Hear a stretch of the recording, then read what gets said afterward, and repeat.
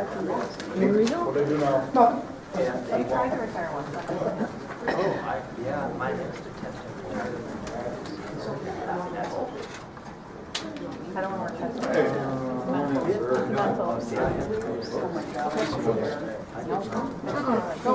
I'm good. Oh, look. I have no idea.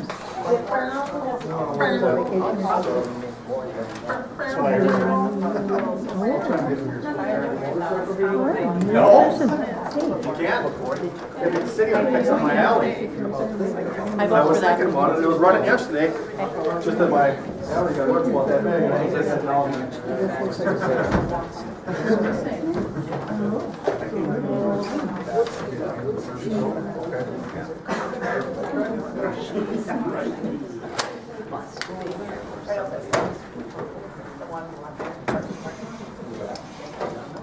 How you doing? Look at you. Hope I never do. Well, That's not in my nature. well, it was something. I still.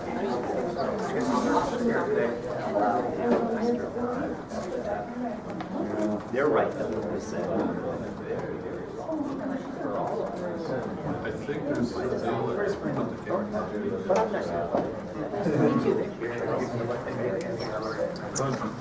See you later. Congratulations.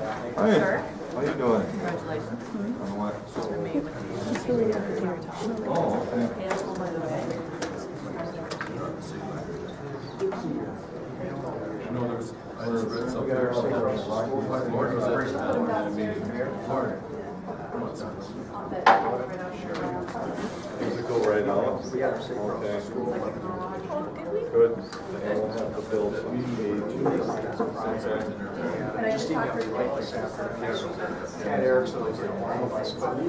They said, you'll get a hold of us this summer. They expect to do that. So they stay up here, 5, 10 Jason Kubish from the University of City instead of You all these mentioned it, here. he's been involved in practice. I'll get him.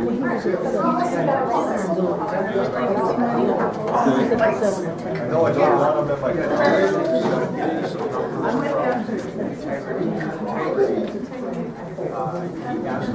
They said he had to have.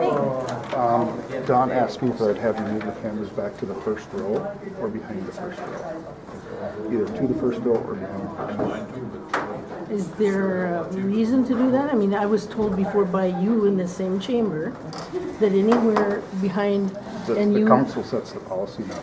But can I see the policy I then? don't have a policy, but that's where they would like you to move it. Okay, well, I was told before that I could have my cameras here, and I'm well within, you pointed to that podium and said anywhere behind here in this people corral that I could, people gallery is the term you use, but that I could have them here. I don't set the policy, the council does. Right, but there is no policy. put that one camera sitting way out there in the thing, that one camera you can put back. This one? Yep. Can you move that one back? Sure. That'd be great, thank you. Sure. Is it all right if I put it here? Right by the front row. Is that all right? It's here? Well, people come in there and trip over it. It's your camera. I don't want to get hurt. Yep. Sue her. Is that all right? I don't think anybody. We're gonna call this meeting to order. Public forum, we changed the wording. Individuals may address the city council about an item not included on the agenda.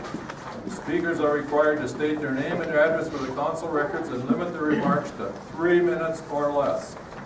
Speakers are requested to refrain their comments from around items that fall within the authority of the city council. Generally, the city council will not take official action on items discussed at this time, but may place them on file, take the matter under advisement, refer the matter to staff or a committee for future report, or direct the matter to be placed on an upcoming agenda. Does anybody want to state your name and Sure. I'm Tom Justin. Address is 7598 170th Avenue in Royalton. It's actually Bellevue Township. Reason I came tonight to the council meeting is I was the first candidate to announce I'll be filing for Morrison County Sheriff this year come May when the official filing is. What I'm trying to do pre the even filing is to come out to the city councils, township boards, school districts, and find out what you believe the relationship between you and the sheriff's office should be. How much better it should be, or what should be enhanced. I met with your chief. We've known each other quite a while, so I've already talked to him a little bit about the law enforcement side. But what I would entertain for you is the ability, if you wanted, any certain point in time for me to come back, since you limited to 3 minutes tonight, and sit down and take any questions or answer any questions you might have.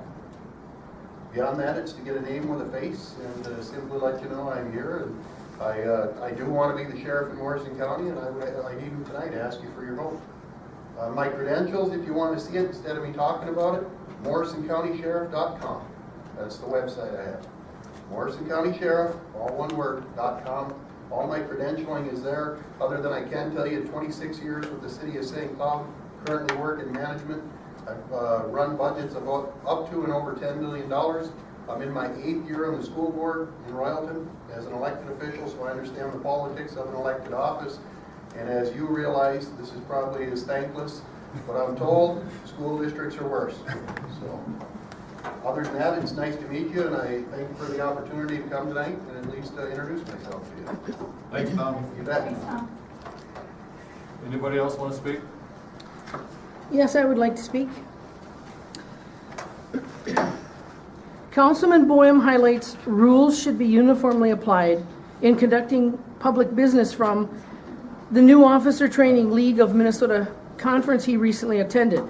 Since public forum comments are requested to be framed around items that fall within the authority of the City Council, tonight's allowance of Camp Ripley's presentation during council meeting is a mockery of your own rules and a vivid demonstration, once again, of a lawless council.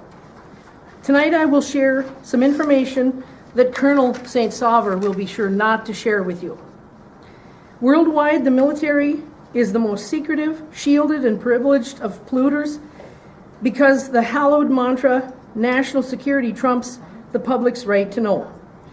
Thus, most of the extant data on pollution from United States military-related sites is available solely because of citizen pressure on the Department of Defense, the Environmental Protection Agency, and the Congress to inventory, assess, and divulge the extent of the military's environmentally hazardous activities. Robin, can I stop you 1 minute? This has nothing to do with the city council. We can't do nothing about Camp Ripley. Neither does Camp Ripley's presentation tonight, and let me continue. Let me continue, please. Let me continue, please. DOD maintains responsibility for thousands of sites contaminated with chlorinated solvents. Excuse me, your own rules require you to not talk when someone holds the floor, and I'm holding the floor. Thank you. Where's that? In your own rules, number 69 and 2.42. DOD maintains responsibility for thousands of sites contaminated with chlorinated solvents, heavy metals, energetics, and other hazardous chemicals. Percolate is used as an oxidizer component in solid propellants for rockets, missiles, and pyrotechnics. Migration of vapors from chlorinated solvent groundwaters, plumes into surface and subsurface structures has become a concern in recent years. And by the way, this is all from the DOD website under the Army category. Comes right from the military's own information. Environmental contamination and safety hazards associated with unexploded ordnance can result from the use of munitions. In addition, military installations are home to many threatened and endangered species, and in some cases provide their last remaining critical habitat. Munitions constituents are explosives and propellants originating from military munitions and include nitroamines such as RDX, TNT, nitroglycerin, perchlorate. These constituents can accumulate in shallow soils as a result of military activities on ranges. Munitions constituents have found their way into groundwater aquifers underlying various DOD facilities. At firing points, propellants residues are deposited by a variety of munitions, including large caliber Time's up. Your 3 artillery. minutes are up. I'm I sorry. have an additional minute because you interrupted me. No, Thank You you. don't get an additional minute. Well, Sorry. excuse me, you're violating your own rules. You interrupted me rudely, if I might add. I would like to continue, please. You got 15 seconds, go. At firing points, propellants residues are deposited by a variety of munitions, including large caliber artillery mortars, shoulder-fired rockets, and small arms. Grenade ranges are among the most heavily used training areas in the military.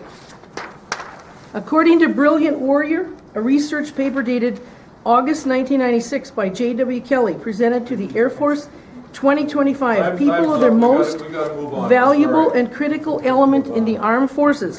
How much real Move value on. do military and congressional leaders place on our Anybody else wanna soldiers' speak? lives? I call point of order. Mr. Klinker, is it now time to discuss things that aren't on the agenda?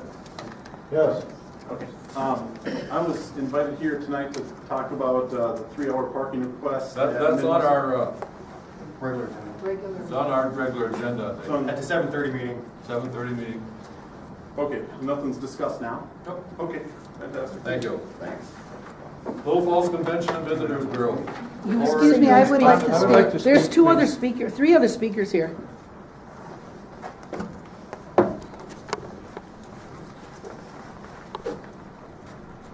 My name is Larry Fisk, I live at 2359 765th Avenue, Fort Ripley, that's Ripley Township. I'm here to comment on the appearance of the Colonel tonight. I'd like to speak on the effect of Ripley on our community.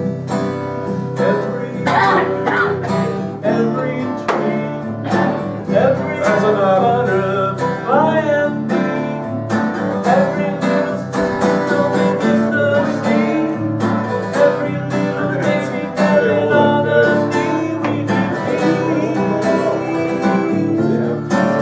We need peace. If while this meeting's going on, everybody's got their guns and bombs as they teach our children to kill. As they teach our people to war on the world. Our children need to learn to live, how to love and how to give, but they teach our children to kill other people's children. They teach our people to war on the world. They recruit our girls and boys, then they train them to destroy. Blood for oil and corporate greed. To make their wars, one thing they need is to teach our children to kill other people's children. To teach our people to war on the world. Take a guess, make a bet. Who it is they'll war on next? Syria, Yemen, or Pakistan? North Korea, Venezuela, or Iran? Helicopters and drones to fly, machines of war to fill the skies as they teach our children to kill other people's children. They teach our people to war on the world. Now every bird in every tree, every butterfly and bee, all the little fishes in the sea, every little baby dancing on a knee, every member of our human family. We need peace. Sir, your time's up. It's not done, sir. Your time's up. Your 3 minutes are up. Anybody else want to speak? Thank you so much for listening to me.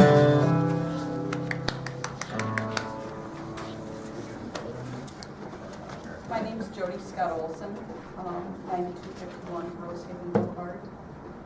I'm here, first off, I've never been. You want to give her your address, please? Yeah, I did, 9251 Rosehaven Boulevard. This is the first time I've been to a council meeting, and I have to say that I'm absolutely stunned at the level of disrespect that the council members have paid to the community who came here for a very, very brief period of time that they have to speak. And I'll leave it at that. I'd like to, you know, with coming of spring, garage sale season, you know, I'm looking over the sign ordinance that the city's passed, you know, and the fact that this community is looking at having to use their cars once again as billboards, clogging up the shoulder of the road. And I'm wondering what the city sees as the benefit of having passed this ordinance, the amount of time it's taking to enforce this ordinance, and to revise this ordinance, the burden it's put on the community, the burden it's put on businesses, you know, and I drive past, you know, Robin Hensel's house, and, you know, she has a circus in her yard, which is not signs, and, you know, so I'm just sort of wondering, you know, what the city council feels it's accomplished for all of the time, energy, and resources it's invested in this, because it doesn't seem to benefit the community, the city, or the council. Thank you. Anybody else want to speak? Yes, I do.